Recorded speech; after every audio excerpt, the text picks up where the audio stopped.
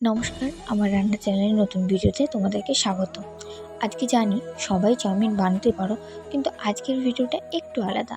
Chowmein তো অনেক রকম করেই বানানো যায়, কিন্তু আমি আজকে দুটো ভেজিটেবল আর একটা সস বানাবো। বাড়িতে আমার কোনো রকমের সস ছিল না, সেই জন্য আমার কাছে যেই কটা জিনিস ছিল মশলা, সেগুলো দিয়ে আমি একটা সস বানাবো।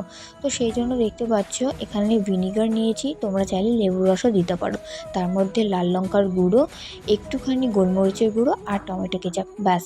আর একটু হলুদ, এগুলো দিয়ে বেশ ভালো করে একটু জল দিয়ে মিক্স করে রেখে দিয়েছি।